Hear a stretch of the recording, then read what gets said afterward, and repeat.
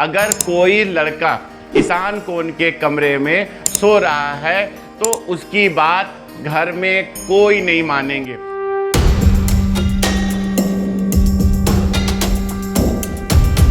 दोस्तों नमस्कार, मैं मुकेश सिंह राजपूत आपके अपने चैनल मुकेश योर न्यूमरोलॉजिस्ट में आपका स्वागत करता हूं। आज हम बात करेंगे कि ईशान कोण का बेडरूम कैसा होता है और इस बेडरूम का इस्तेमाल किसे करना चाहिए और क्यों करना चाहिए। तो दोस्तों सबसे पहले बात करेंगे, ईशान कोण का बेडरूम इष्टों का बेडरूम माना जाता है। पूजा पाठ के लिए यह बेडरूम सबसे अच्छा होता है। ईशान कोण का कमरा पूजा के लिए तो अच्छा होता ही है, उसके साथ बड़े बुजुर्गों का कमरा भी माना जाता है। अगर कोई रिटायर्ड व्यक्ति यहाँ 2 से 3 साल सो जाए तो उसकी आयु में भी ग्रोथ होती है, वो ज़्यादा समय तक जीता है। ईशान कोण का बेडरूम में बच्चों को रखा जा सकता है, वो पढ़ाई और स्टडी के लिए सबसे अच्छा होता है। पर बच्चे के लिए अच्छा होता है, किसी शादीशुदा कपल के लिए ईशान कोण का बेडरूम बिल्कुल अच्छा नहीं होता है। ईशान कोण में रहने वाले नवविवाहित जोड़ों को बच्चे संबंधी समस्याएं आती है। इन्हें बच्चे बहुत लेट से होते हैं और ज़्यादातर बार देखने को यह मिला है कि यहाँ बच्चियाँ ही बच्चियाँ होती हैं और किसी कारणवश लड़के हो जाएं तो वो डरपोक प्रवृत्ति के होते हैं या अल्पायु देखने को मिलता है। ईशान कोण के कमरे में अगर बेटियों को सुलाया जाए तो उनकी विवाह 28 से 29 साल तक होने की संभावनाएं नहीं होती है। अगर किसी कारणवश विवाह हो भी जाए तो 70 से 80% संभावना है कि उनकी विवाह टूट सकती है या टूटने की संभावनाएं सबसे अधिक रहती है। तो अगर ईशान कोण में कोई बेटी 10 साल से सो रही है तो आप उसे 6 महीने के लिए वायव्य कोण के कमरे में भेजें। वायव्य कोण में 6 महीने सोने के बाद ही आप उसके लिए रिश्ता ढूंढना शुरू करें, क्योंकि 6 महीने में ईशान कोण की एनर्जी डिस्चार्ज हो जाएगी।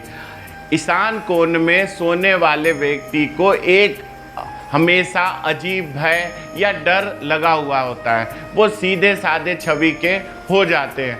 अगर कोई लड़का ईशान कोण के कमरे में सो रहा है तो उसकी बात घर में कोई नहीं मानेंगे, परिवार में उनकी बिल्कुल रिस्पेक्ट नहीं रहेगी। घर के नौकर चाकर कर्मचारी भी उनकी बात बिल्कुल नहीं मानेंगे। ईशान कोण में सोने वाला व्यक्ति अक्सर दूसरों की मदद करता हुआ दिखाई देगा। उसके पास खुद की समस्याएं बहुत होने के बाद भी वो हमेशा दूसरे को हेल्प करेगा, पैसे से भी और शारीरिक रूप से भी।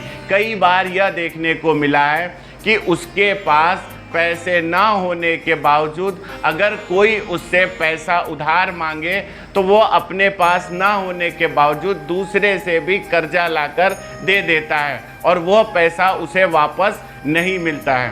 तो ईशान कोण में सोने वाला व्यक्ति धीरे धीरे कर्जदार बन जाता है और कई बार देखने को यह मिला है कि ईशान कोण में रहने वाले व्यक्ति को जीवन में कहीं भी समस्याएं का सामना करना ही पड़ता है, उसकी लाइफ इजी और स्मूथ कभी नहीं चलती है। ईशान कोण में एक ज़बरदस्त मैग्नेट होता है। अगर कोई चीज़ या कोई व्यक्ति उस कोने में है तो उससे बाहर निकलना मुश्किल हो जाता है। कई बार उससे बाहर निकलने के बावजूद भी वहाँ वापस आने की संभावनाएं बढ़ जाती हैं।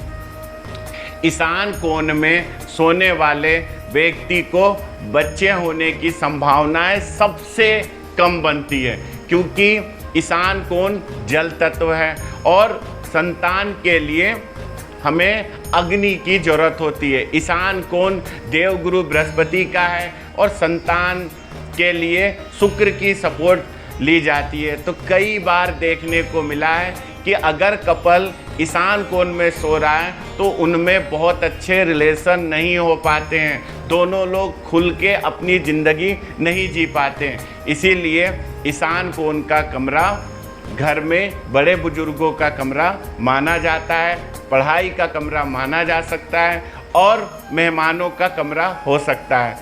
तो आप लोग कमेंट्स करके ज़रूर बताएं कि कौन कौन व्यक्ति ईशान कोण में सो रहा है और उसके साथ क्या क्या समस्याएं आ रही हैं। आप कमेंट्स के द्वारा ज़रूर बताएं। नमस्कार।